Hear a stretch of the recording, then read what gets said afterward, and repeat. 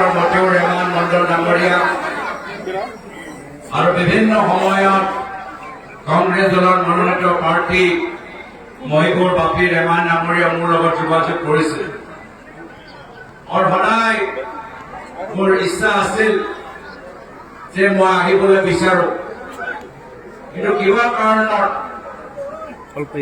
মই ইয়াৰ আগতে যেতিয়া আমাৰ যোৱা 2-3 বছৰত বিভিন্ন আমাৰ দলৰ কাৰ্যসূচী হৈছিল, মই কিবা কাৰণত আহিব নোৱাৰিলো। সেইকাৰণে যেতিয়া আমাৰ নিৰ্বাচনী প্ৰচাৰ আৰম্ভ হ'ল, দিন আমাৰ ওচৰত বেছি নাই, দিন আমাৰ যথেষ্ট সীমিত।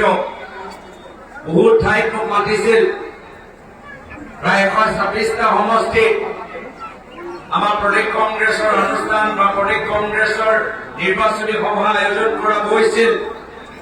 কিন্তু মই ভাবি লৈছিলো যে যদিও আমাৰ সময় সীমিত, দিন বেছি নাই প্ৰচাৰৰ কাৰণে, মানকাছাৰলৈ আহিবই লাগিব কংগ্ৰেছ।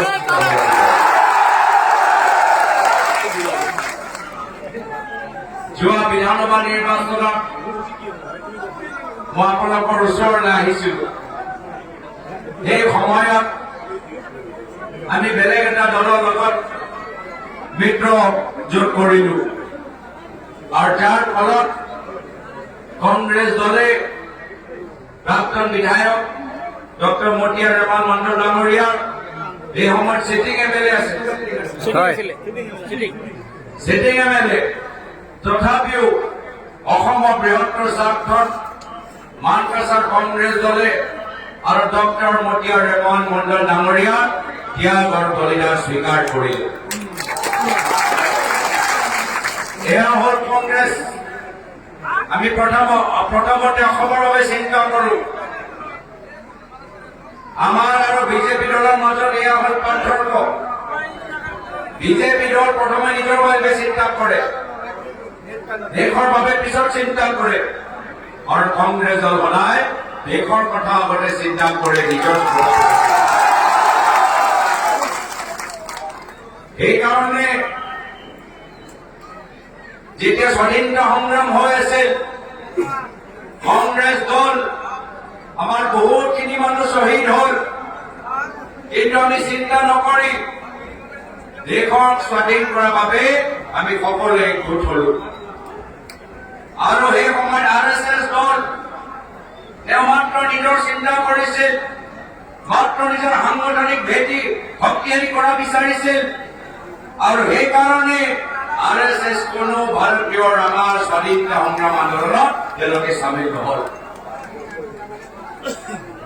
আমাক মনত পেলাব লাগে যে আজি যি RSS বিজেপি দেশ ভক্তি কথা কয়, ভাৰতৰ দেশৰ স্বাধীনতা সংগ্ৰামত তেওঁলোকৰ অৰিহণা নাছিল, কংগ্ৰেছ দলৰ আছিল। ভাৰতৰ সাধাৰণ মানুহৰ আছিল, আৰু ভাৰতৰ সাধাৰণ মানুহৰ এই সময়ত আমি সকলোৱে একগোট হৈছিলো। এয়া হিন্দু হওক, মুছলমান হওক, শিখ হওক, বৌদ্ধ ধৰ্ম হওক, জৈন ধৰ্ম হওক, ভাৰত মাতাক স্বাধীন কৰিবলৈ আমি সকলোৱে একগোট হৈছিলো। আৰু আজি যি বিজেপি RSS দল যি ভাৰত মাতা কি জয় কৈ যি সময়ত ভাৰত মাতাক স্বাধীন কৰিব লাগিছিল, সেই সময়ত তেওঁলোকে ক'তো নাছিল। এই সময়ত আমি সকলে বিভিন্ন ধৰ্মীয় সংগঠনবোৰ একত্ৰিত হৈ আমি ভাৰতক স্বাধীন কৰিছো। এয়া হ'ল আমাৰ কংগ্ৰেছ দলৰ পৰিচয়। আৰু পুনৰবাৰ আজি আমি বৃহত্তৰ স্বাৰ্থৰ বাবে চিন্তা কৰা গুৰুত্বপূৰ্ণ। আজি এইখন নিৰ্বাচন, অসমৰ নিৰ্বাচন, 2024 চনৰ বিধানসভা নিৰ্বাচন সাধাৰণ নিৰ্বাচন নহয়। এই নিৰ্বাচন মাত্ৰ এটা ৰাজনৈতিক দলক আসনৰ ওপৰত বহুৱা নিৰ্বাচন নহয়। এই নিৰ্বাচন হ'ল অসমখন উদ্ধাৰ কৰা। এই নিৰ্বাচন হ'ল অসমৰ ভিতৰত শান্তি লৈ অনা। এই নিৰ্বাচন হ'ল অসমৰ ভিতৰত সাম্প্ৰদায়িক সাম্প্ৰদায়িক ৰাজনীতি শেষ কৰা আৰু সেই কাৰণে আমি সকলোৱে বুজি পাইছো এই বিধানসভা নিৰ্বাচনত যদি অসমত উদ্ধাৰ কৰিব লাগিব হিমন্ত বিশ্ব শৰ্মা ডাঙৰীয়াক যাব লাগিব। যদি অসমৰ ভিতৰত শান্তি ঘূৰাই দিব লাগিব তেতিয়া হিমন্ত বিশ্ব শৰ্মা ডাঙৰীয়াক যাব লাগিব। যদি অসমৰ ভিতৰত আমি বাক স্বাধীনতা ঘূৰাই দিবলৈ বিচাৰো, নিজৰ সাংবিধানিক অধিকাৰ ঘূৰাই দিবলৈ বিচাৰো, তেতিয়া হিমন্ত বিশ্ব শৰ্মা ডাঙৰীয়া যাব লাগিব। সেইকাৰণে আমি সকলোৱে ঐক্যবদ্ধ হৈছো। ঐক্যবদ্ধ হৈ বিভিন্ন দলৰ লগত আমাৰ তালাচোৰা হৈ থাকিল। বিভিন্ন দলৰ লগত বহুতখিনি কথা আমি পাতিবলগীয়া হ'ল। বহুতখিনি আসন তেওঁলোকে বিচাৰিলে। বহুতখিনি আসন কংগ্ৰেছ দলে বহল মনেৰে এৰি দিলে। প্ৰত্যেক দলে ত্যাগ কৰিলে। প্ৰত্যেক দলে বলিদান স্বীকাৰ কৰিলে। কিন্তু এটা কথাত মই অটল আছিলো, যিয়ে হওক মানকাছা চিটত কংগ্ৰেছ দলে খেলিব। বাকী যিয়ে হওক মানকাছাত কংগ্ৰেছ আকৌ ত্যাগ নকৰে, আকৌ বলিদান স্বীকাৰ নকৰে। যোৱাবাৰ কৰিলেও এইবাৰ কংগ্ৰেছ জিকিব লাগিব। এতিয়া মই প্ৰদেশ কংগ্ৰেছ আৰু নিখিল ভাৰত কংগ্ৰেছ দল আমি ইমান কষ্ট কৰি সকলো লগত আলোচনা কৰি আমি মানকাছাত আমি কংগ্ৰেছৰ দখলত ৰাখিবলৈ বিচাৰিছো। এতিয়া আপোনালোকৰ দায়িত্ব। মানকাছাত কংগ্ৰেছ জিকিবনে? কংগ্ৰেছ জিকিবনে? মানকাছাত কংগ্ৰেছ জিকিবনে? মই সেইকাৰণে মই অনুৰোধ জনাইছো যে এইবাৰ নিৰ্বাচন পৃথক। আমি মাত্ৰ এজনৰ কাৰণে আমি নিৰ্বাচন আমি প্ৰচাৰ চলাবলৈ অহা নাই। আমি প্ৰচাৰ চলাবলৈ আহিছো অসমৰ মানুহৰ বাবে, অসমৰ উদ্ধাৰ কৰাৰ বাবে। আমি এজনৰ কাৰণে প্ৰচাৰ কৰিবলৈ অহা নাই। মাত্ৰ এজনৰ কাৰণে জিকাবলৈ অহা নাই। আমি বিচাৰো যে এই নিৰ্বাচন যোগেদি হিন্দু মুছলমানৰ যে সাম্প্ৰদায়িক ৰাজনীতি চলাই আছে, সেই ৰাজনীতি ইয়াৰ পৰা বিদায় দিবলৈ তাৰ বাবে আমি আৰু যদি অসমৰ পৰা সাম্প্ৰদায়িক ৰাজনীতি বিদায় দিব লাগে, তেতিয়া আমাৰ ওচৰত এটাই বিকল্প, অহা 9 তাৰিখত হাতৰ চিৰপত ভোট দিব লাগিব। যদি অসমৰ পৰা সাম্প্ৰদায়িক ৰাজনীতি বিদায় দিয়াটো বিচাৰে, যদি অসমৰ পৰা হিমন্ত বিশ্ব শৰ্মা ডাঙৰীয়া বিদায় দিয়াটো বিচাৰে, তেতিয়া অহা 9 তাৰিখত মানকাছাৰ ৰাইজ হাতৰ চিৰপত ভোট দি কংগ্ৰেছ দলক জয়যুক্ত কৰে। আজি মই ইয়াত আহি আপোনালোকৰ প্ৰতি কৃতজ্ঞ, যিহেতু অসমৰ ভিতৰত সাম্প্ৰদায়িক ৰাজনীতি মাত্ৰ হিমন্ত বিশ্ব শৰ্মা ডাঙৰীয়াই কৰা নাই। তেওঁ মাত্ৰ অকলে কৰা নাই। হিমন্ত বিশ্ব শৰ্মা ডাঙৰীয়াৰ দৰে আৰু এগৰাকী ৰাজনীতিবিদ, যি অসমৰ ভিতৰত সাম্প্ৰদায়িক বিষ আজি তেওঁলোকে নিজৰ ৰাজনীতি যোগেদি আনিছে, এয়া হল মননাথ ডাঙৰীয়া। দুয়োজন ককাই ভাই, হয়নে নহয়? মননাথ ডাঙৰীয়া আৰু হিমন্ত বিশ্ব শৰ্মা ডাঙৰীয়া ককাইকৰ ভাইকৰ দৰে তেওঁলোকৰ বন্ধুত্ব। আজিৰ তাৰিখত যদি কোনোবাই ফেচবুকত ভুলত লিখি দিয়ে তেওঁ হিমন্ত বিশ্ব শৰ্মা ডাঙৰীয়াক আক্ৰমণ কৰিব, লগে লগে অসম আৰক্ষী আহি সেইজন মানুহক এনকাউণ্টাৰ কৰাই দিয়ে বা তেওঁলোকক জেললৈ পঠাই দিয়ে। অসমৰ এগৰাকী জীয়ৰী উজনি অসমত যদি ফেচবুকত কবিতা লিখে, লগে লগে তেওঁলোকক জেললৈ পঠাই দিয়ে। যদি কংগ্ৰেছৰ কোনোবা এজন মুখপাত্ৰ গুজৰাটত যদি কিবা কথা কয়, লগে লগে অসম আৰক্ষী গুজৰাটত গৈ এৰেষ্ট কৰি লয়। কিন্তু এতিয়া যেতিয়া মৌলানা আজমল ডাঙৰীয়া অপমানজনক কথা কৈছে, যি কথাবোৰ আমি গৰিহণা দিছো, এতিয়া তেওঁ যেতিয়া হিমন্ত বিশ্ব শৰ্মা ডাঙৰীয়া অসন্মানজনক কথাবোৰ কৈছে, মই প্ৰশ্ন কৰিছো, হিমন্ত বিশ্ব শৰ্মা ডাঙৰীয়া আপুনি কিয় নিমাত হৈ আছে? এতিয়া আপোনাৰ আৰক্ষী ক'ত গ'ল? এতিয়া একো কেছ নাই। আমাৰ কংগ্ৰেছৰ বিধায়কৰ চিচা ভাঙি দিয়ে চামগুৰিত। ধুবুৰী লোকসভা সাংসদ ৰকিব হুছেইন ডাঙৰীয়াৰ ওপৰত আক্ৰমণ কৰা হৈছে বিজেপি গুণ্ডা বাহিনীৰ দ্বাৰা। কিন্তু যেতিয়া মৌলানা আজমল ডাঙৰীয়াই হিমন্ত বিশ্ব শৰ্মা ডাঙৰীয়াৰ বিৰুদ্ধে কিবা কয়, বিজেপি দলৰ গুণ্ডা বাহিনী নিমাত হৈ থাকে, নীৰৱ হৈ থাকে। এয়া কিয়? অসম আৰক্ষীয়ে একো নকৰে কিয়? এই দুয়োজন হল ককায়েক, মামা ভতিজা, ইহঁতৰ দুজনৰ ক'ব পাৰে। হিমন্ত বিশ্ব শৰ্মা ডাঙৰীয়াৰ মামাই হ'ল মৌলানা আজমল ডাঙৰীয়া, আৰু হিমন্ত বিশ্ব শৰ্মা ডাঙৰীয়া হ'ল মৌলানা আজমল ডাঙৰীয়াৰ ভতিজা। এই মামা ভতিজা ৰাজনীতিৰ পৰা আমাক সাৱধান হ'ব লাগিব, সতৰ্ক হ'ব লাগিব। কিন্তু ৰাইজে বুজি পাইছে, এইখিনি কথা ৰাইজে ভালদৰে বুজি পাইছে। এইকাৰণে যোৱা লোকসভা নিৰ্বাচনত 10 লাখ ভোটৰ ব্যৱধানত ইয়াৰ পৰা কংগ্ৰেছ দল ধুবুৰী আমাৰ সাংসদ ৰকিব হুছেইন ডাঙৰীয়া দিল্লীলৈ পঠালে। আৰু সেইকাৰণে মই অনুৰোধ কৰিছো যে লোকসভাত আপোনালোকে কংগ্ৰেছক জিকালে, পঞ্চায়তত, আঞ্চলিক পঞ্চায়তত আপোনালোকে কংগ্ৰেছক জিকালে, এইবাৰ শেষ আপোনালোকে মোহৰ মাৰক আৰু বিধানসভা নিৰ্বাচনত কংগ্ৰেছ দলক আপোনালোকে 9 তাৰিখত জিকাই দিয়ক। আৰু তাৰ পিছত এই যিদৰে লোকসভা নিৰ্বাচনৰ সময়ত কংগ্ৰেছ দলে মৌলানা আজমল ডাঙৰীয়াৰ সাম্প্ৰদায়িক ৰাজনীতি শেষ কৰিলে, এই বিধানসভা নিৰ্বাচনৰ পিছত আমি হিমন্ত বিশ্ব শৰ্মা ডাঙৰীয়া সাম্প্ৰদায়িক ৰাজনীতি শেষ কৰিবলৈ গৈছে।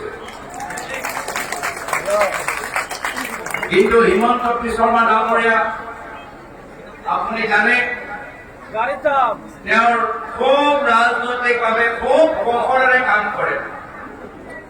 এই কথাটো মানিব লাগিব যে খুব ৰাজনৈতিকভাৱে কৌশলেৰে তেওঁ একখোজ আগবাঢ়ি যায়। আগতে যেতিয়া কংগ্ৰেছত আছিল, মুখ্যমন্ত্ৰী প্ৰয়াত তৰুণ গগৈদেৱ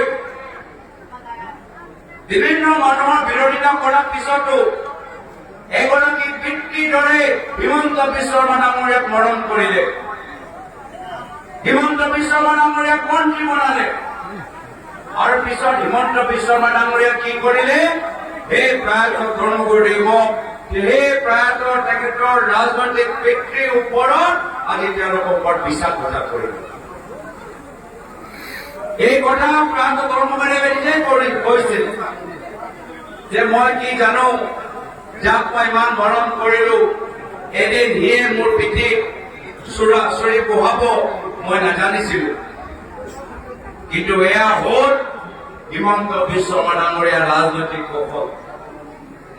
তাৰপিছত হিমন্ত বিশ্ব শৰ্মা ডাঙৰীয়া হ'ল বিজেপি দললৈ। বিজেপি দলত একে কাম কৰিলে। বিজেপি দলত যেতিয়া গৈছিল, মুখ্যমন্ত্ৰী অসমৰ সৰ্বানন্দ সোণোৱাল ডাঙৰীয়া হৈছিল। 2016 চনত সৰ্বানন্দ সোণোৱাল ডাঙৰীয়া অসমৰ মুখ্যমন্ত্ৰী, এগৰাকী আছুৰ নেতা, জনজাতিৰ নেতা। 5 বছৰ পিছত 2021 চনত আকৌ নিৰ্বাচন হ'ল। আকৌ সৰ্বানন্দ সোণোৱাল ডাঙৰীয়াৰ নেতৃত্বত অসমৰ ভিতৰত বিজেপি চৰকাৰ হ'ল।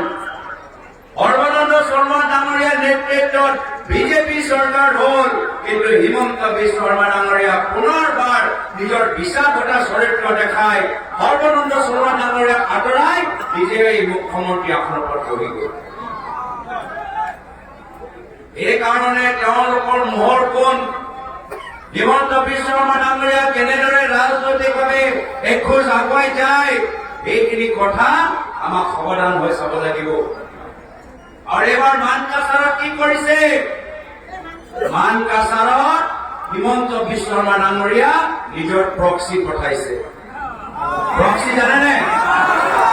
প্ৰক্সি বুজি পায়নে? যেতিয়া নিজে পৰীক্ষাত যাব নোৱাৰে, কাৰোবাৰ বেলেগৰ যোগেদি পৰীক্ষালৈ পঠাই দিয়ে। ইয়াত মানকাছাৰত হিমন্ত বিশ্ব শৰ্মা ডাঙৰীয়া প্ৰক্সি হল জাভেদ ইছলাম ডাঙৰীয়া। হিমন্ত বিশ্ব শৰ্মা ডাঙৰীয়া প্ৰক্সি হল অসম গণ পৰিষদ দলৰ প্ৰাৰ্থী জাভেদ ইছলাম ডাঙৰীয়া। এই কাৰণে মই কৈছো, ভুলতে হিমন্ত বিশ্ব শৰ্মা ডাঙৰীয়া ভোট দিব নালাগে। আপুনি কব কেনেকৈ হিমন্ত বিশ্ব শৰ্মা ডাঙৰীয়া ইয়াৰ প্ৰাৰ্থী হোৱা নাই, হিমন্ত বিশ্ব শৰ্মা ডাঙৰীয়া ইয়াৰ বিধায়ক হব নোৱাৰে? কিন্তু মই আপোনালোকক কথা দিছো, যদি কংগ্ৰেছৰ বাহিৰে যদি ক'ৰবাত আপোনালোকে ভোট দিয়ে, 2টা ভোট ডাইৰেক্টলি হিমন্ত বিশ্ব শৰ্মা ডাঙৰীয়া বাকচত সোমাই যাব। এই বিধানসভা নিৰ্বাচনত কংগ্ৰেছ দলৰ বাহিৰে যদি ক'ৰবাত আপুনি ভোটতে ভোট দিয়ে, হিমন্ত বিশ্ব শৰ্মা ডাঙৰীয়াক 2টা ভোট দিয়া মানে হ'ব। আৰু সেইকাৰণে এই প্ৰক্সি হিমন্ত বিশ্ব শৰ্মা ডাঙৰীয়া প্ৰক্সি দল অসম গণ পৰিষদ দলৰ পৰা সাৱধান হৈ থাকক। এই হিমন্ত বিশ্ব শৰ্মা ডাঙৰীয়াৰ প্ৰক্সি প্ৰাৰ্থী জাভেদ ইছলাম ডাঙৰীয়াৰ পৰা সাৱধান হৈ থাকক। এতিয়াতো লাহে লাহে অসম গণ পৰিষদ দল বেলেগ বেলেগ সমষ্টিত দেখা পাইছো, তাত অসম গণ পৰিষদ দল পৰা মানুহ কম আৰু AIDF পৰা মানুহ বেছি।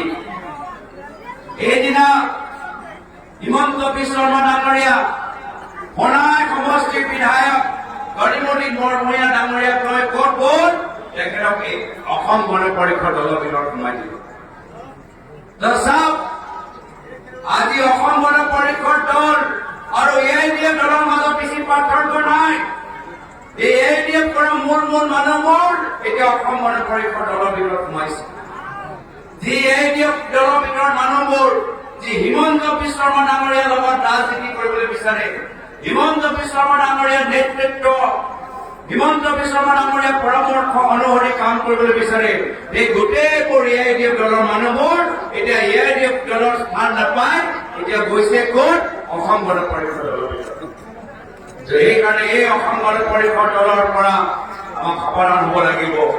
অসম গণ পৰিষদ দলক ভোট দিয়া মানে পুনৰবাৰ আমি AIDF দলটোক পুনৰ জীৱিত কৰিছো আৰু হিমন্ত বিশ্ব শৰ্মা ডাঙৰীয়া হাত খেলি গৈছো। আজি সেইকাৰণে আমি গোটেইবোৰ বিৰোধী দল, কংগ্ৰেছ দল, ৰাইজৰ দল, অসম জাতীয় পৰিষদ দল, CPM দল, CPIML দল, APHLC দল, আমি গোটেইবোৰ একত্ৰিত হৈছো এখন নতুন বৰ অসমৰ কল্পনা। এখন নতুন বৰ অসম আমি দিবলৈ বিচাৰো, এখন নতুন বৰ অসম আমি সৃষ্টি কৰিবলৈ বিচাৰো। আৰু এই নতুন বৰ অসমৰ নক্সা কেনেকৈ হ'ব, তাৰ বাবে যোৱাকালি আমাৰ মল্লিকাৰ্জুন খৰ্গে ডাঙৰীয়া নিখিল ভাৰত কংগ্ৰেছ সমিতিৰ সভাপতি 5টা প্ৰতিশ্ৰুতি মুকলি কৰিল। এই 5টা প্ৰতিশ্ৰুতি কি আছিল? এই 5টা প্ৰতিশ্ৰুতি হ'ল যে 100 দিনৰ ভিতৰত আমি জমিন ন্যায় ন্যায় দিব লাগিব।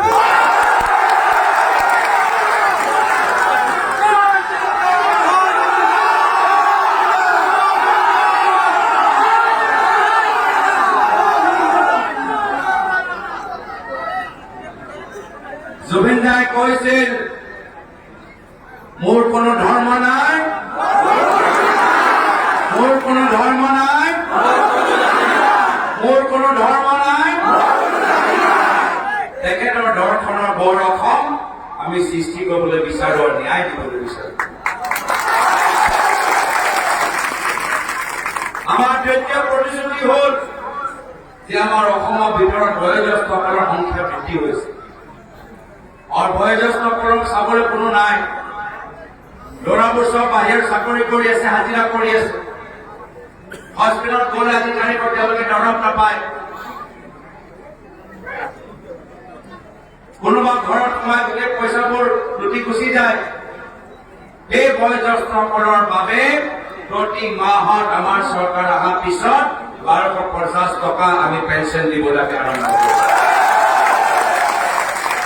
জ্যেষ্ঠ যিদৰে মহিলা, শিশু আৰু যুৱকৰ বাবে চৰকাৰৰ বিশেষ মন্ত্ৰালয় আছে, আমাৰ চৰকাৰ অহাৰ পিছত বয়োজ্যেষ্ঠসকলৰ বাবে, জ্যেষ্ঠ নাগৰিকৰ বাবে আমি এটা বিশেষ মন্ত্ৰালয় প্ৰতিষ্ঠিত কৰিম। এয়া হ'ল আমাৰ প্ৰতিশ্ৰুতি।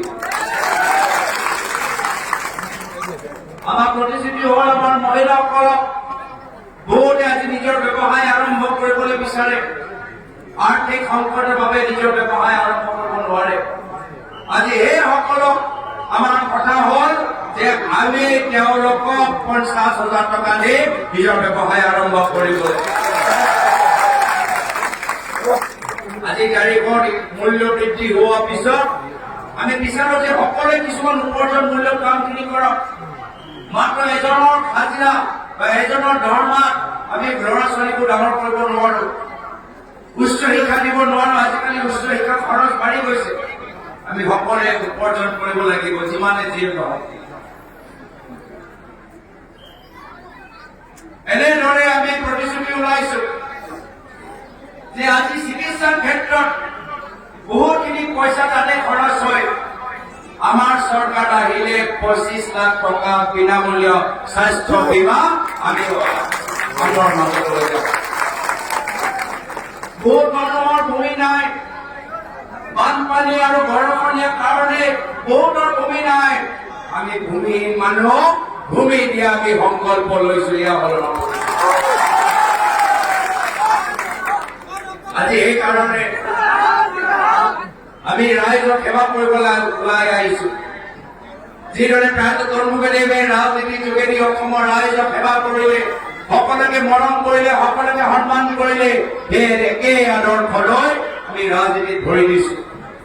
সেইকাৰণে সকলোকে অনুৰোধ জনাইছো যে আহক আমি অসমখন উদ্ধাৰ কৰো, হিমন্ত বিশ্ব শৰ্মা ডাঙৰীয়াৰ ভ্ৰষ্টাচাৰী শাসন শেষ কৰো, সাম্প্ৰদায়িক বাতাবৰণ আমি এই বাতাবৰণ পৰা ওলাই আহি অসমৰ ভিতৰত শান্তি আৰু সম্প্ৰীতি এনাজৰি এটা পৰিৱেশ সৃষ্টি কৰো।